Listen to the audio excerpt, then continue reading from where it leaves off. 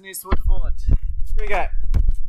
Exercise 3I. So, we are now moving on to percentages, but you're going to apply percentages where you mark up the price or you decrease the price. In the last two exercises, 3G and H was to get you to find percentages of an amount. This is only one extra step on top of that. So let's do example 1, example 2. I'm going to show you method 1. Then I'll show you method 2, which is what you would naturally do in real life with a calculator.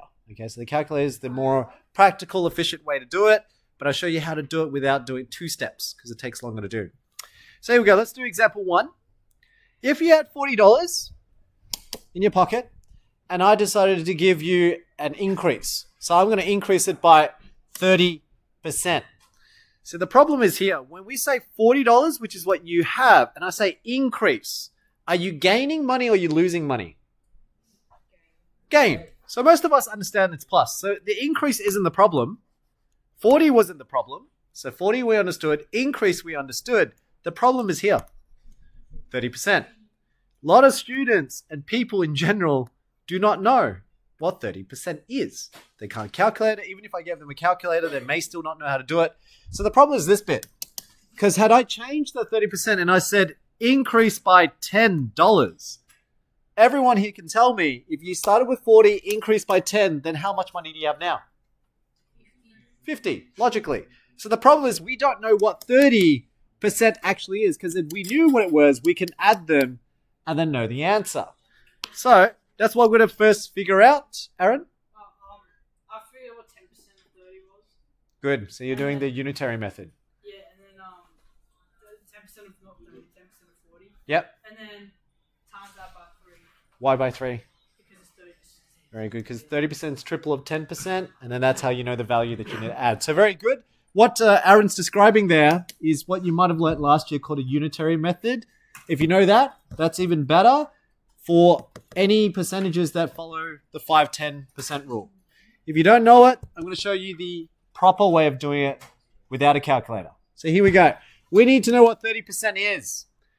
To find 30%, well, it's 30% of what? In our case, we had $40, so we want 30% of 40. This is the language we say, but what is that mathematically? So let's break it apart. 30% from exercise 3G. How do you write 30%? What's that the same as? 30 out of 100. So that 30% actually means 30 out of 100. Next word. Of.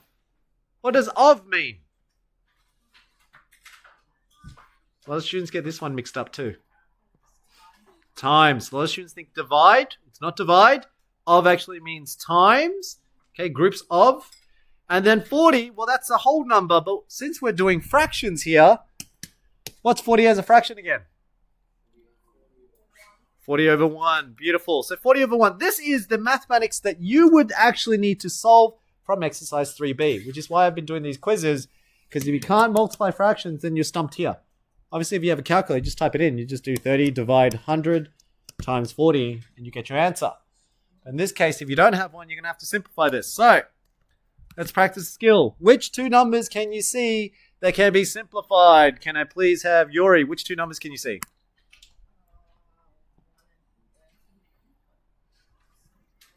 Well, 1 and 30 can't be because 1 goes in a 1 only, and then 1 goes in 30 times, so it doesn't change the numbers. 140, that's true. So we can see that 40 and 100 both have a common factor of what, Rira? 10, very good. Because they have the zeros. They have the zeros, they can fit in 10. How many 10s fit into 40 and 100? Can I please have Ollie? How many 10s fit in 40?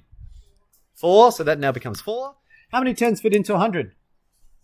10, so this now becomes 10. So now you have 30 over 10 times 4 over 1, which is a lot smaller. Fantastic. But I still can see, you can still simplify further. Which 2 numbers? Let's go with Harley. Which 2 numbers can you see now?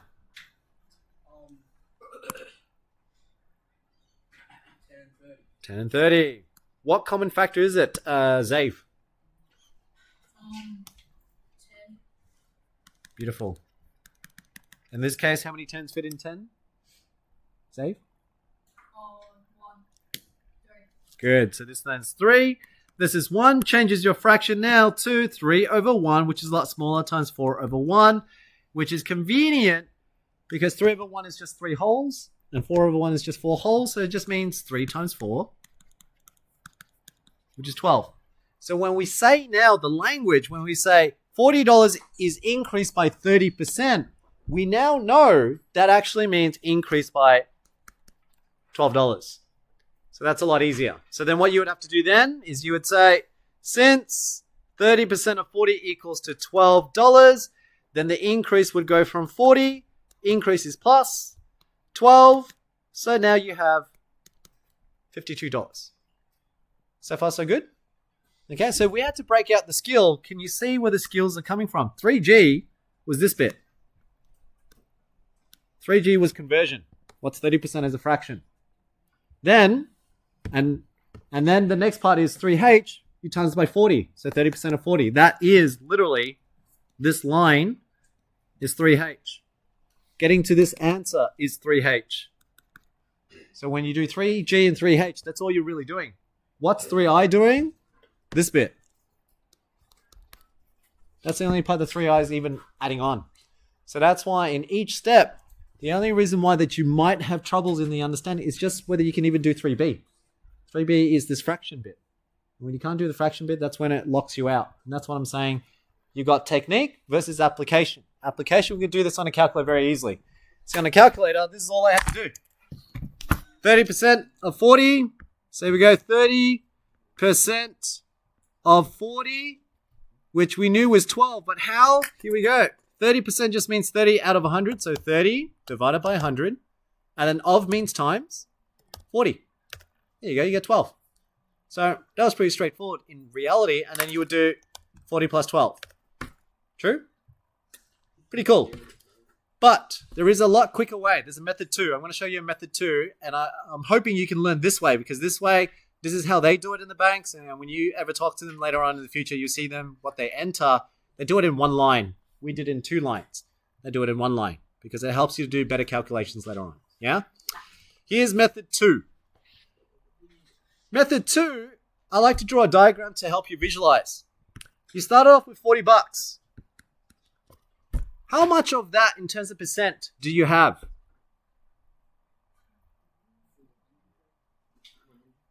100%, because that's your money. It's 100% of your money. Yeah? So $40 is 100%, no less. If you have 50% of it, which is less, then you have $20. If you have exactly $40, that's your 100%, right? Now, starting from this idea, you had $40, 100%. Then I said, I'm going to increase your amount by how much again? 30%. So you went from 100% with an increase of 30%.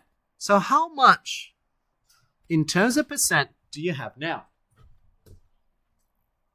In total? 130. Sounds very simple, right? But I'm telling you, not a lot of students know this concept. You actually now have a total percentage of 130% of what you started off with. You don't have 50% of it. You don't have 100% of it. You have 130% because you got an extra 30%. True? So, what is the language? You have 130% of 40. You don't have 100%. You don't have half of it. You have 130%. So the logic to this now, if you were to type this on a calculator in one shot, you're really just converting this. What's 130% mean? What was that?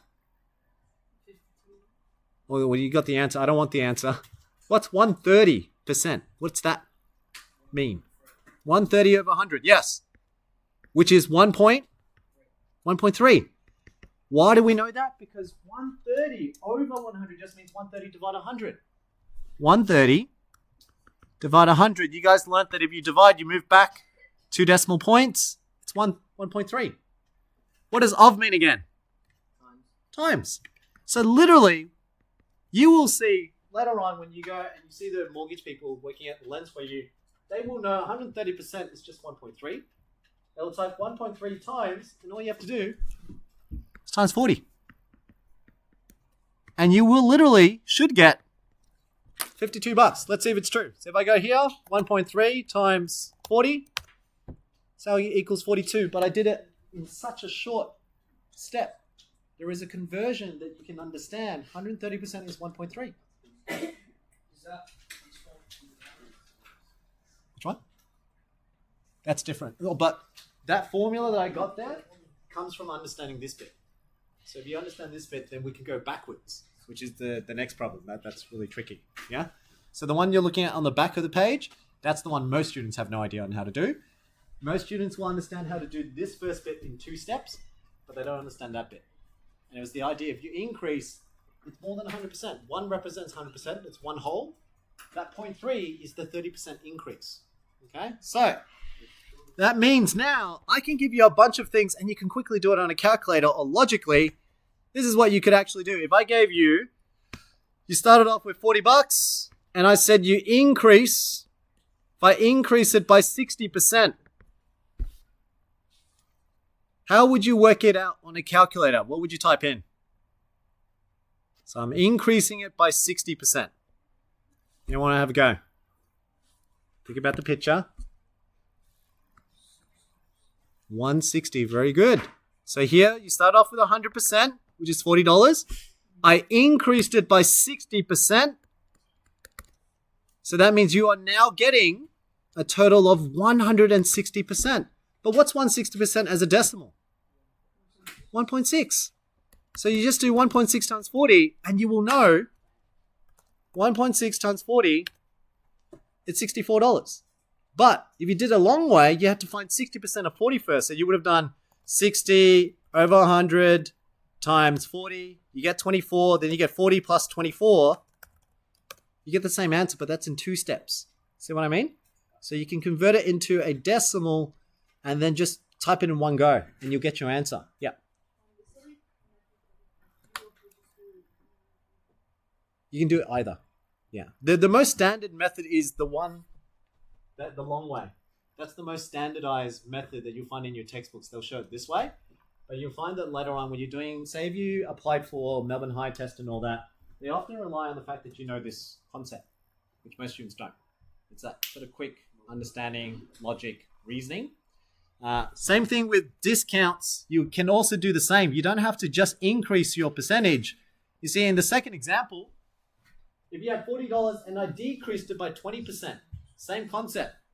So in order to do this, decrease is a loss. You're losing money. So 40 minus, the problem is we don't know what 20% is. Okay, so then you have to work out 20%. But if you use my second method, it also works in this way too. Here we go. Let's use the second method for this problem. You got $40. You start off with $40. That's 100% of what you have. If I reduce it by 20%, how much of the money in terms of percent do you actually have now? 80%. Because I've dropped down 20, so you only got 80% of the actual amount.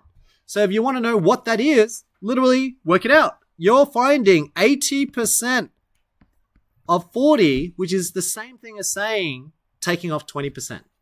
That's what it actually means. So here, 80%, let's see if you guys can do the conversion quickly. 80% as a decimal is what? 0.8. Because that means 80 over 100. Well, 80 divided by 100. So it becomes 0.8. Of means times 40. So in one go on your calculator, you can type 0.8 times 40. We know it's $32. But the long way of doing it is that you would actually find what 20% is, then you take it away from 40. So method 1 is the longer way. Method 1 is to say, find 20% of 40, whatever that answer is. 40, take away that answer. Now 20%, we can do it here. We can say, what's that? 100 divided by 10, divided by 20 actually. That gives you 2. 5. So you got 20 over 5 times 2 over 1. 20 and 5 becomes 4 over 1. So then you get 4 over 1 times 2 over 1. It's $8. So 20% is 8. So you do 40 take away 8. Same answer. You get both the same answer in both scenarios. Okay? So I'm trying to teach you that you can do the one fraction calculation just from this step here. Whether you use a calculator or whether you do it by hand, you could have just done 80 over 100 times 40. And that will give you directly the answer. Okay? I want to stop the video here. That's the main skill I want to teach. So you got method 1, which is most intuitive. Method 2, a lot of students stump up on this one. I don't know why. I teach it over and over, but a lot of students find it hard to understand that increase the percentage, you get more percentage. Decrease percentage, you get less percentage. That's all. Okay? But if you prefer, you can use method 1 or method 2. I don't really mind. Okay? But if you understand method 2, then the formula on the back will make a lot more sense later on too. Okay? I'm going to stop here so that you got more time to work on your homework. Remember, it's 3F, 3G, 3H is due next Wednesday. Okay, so I is not included.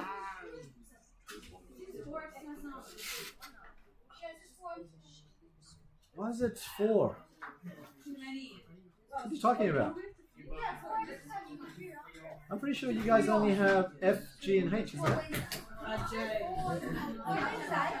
Yeah, don't worry about OneNote. That was the plan initially, but the way that we've gone so far, it's FGH. Yeah, FGH. Alright, Sam, I'm going to stop the video so you got more time.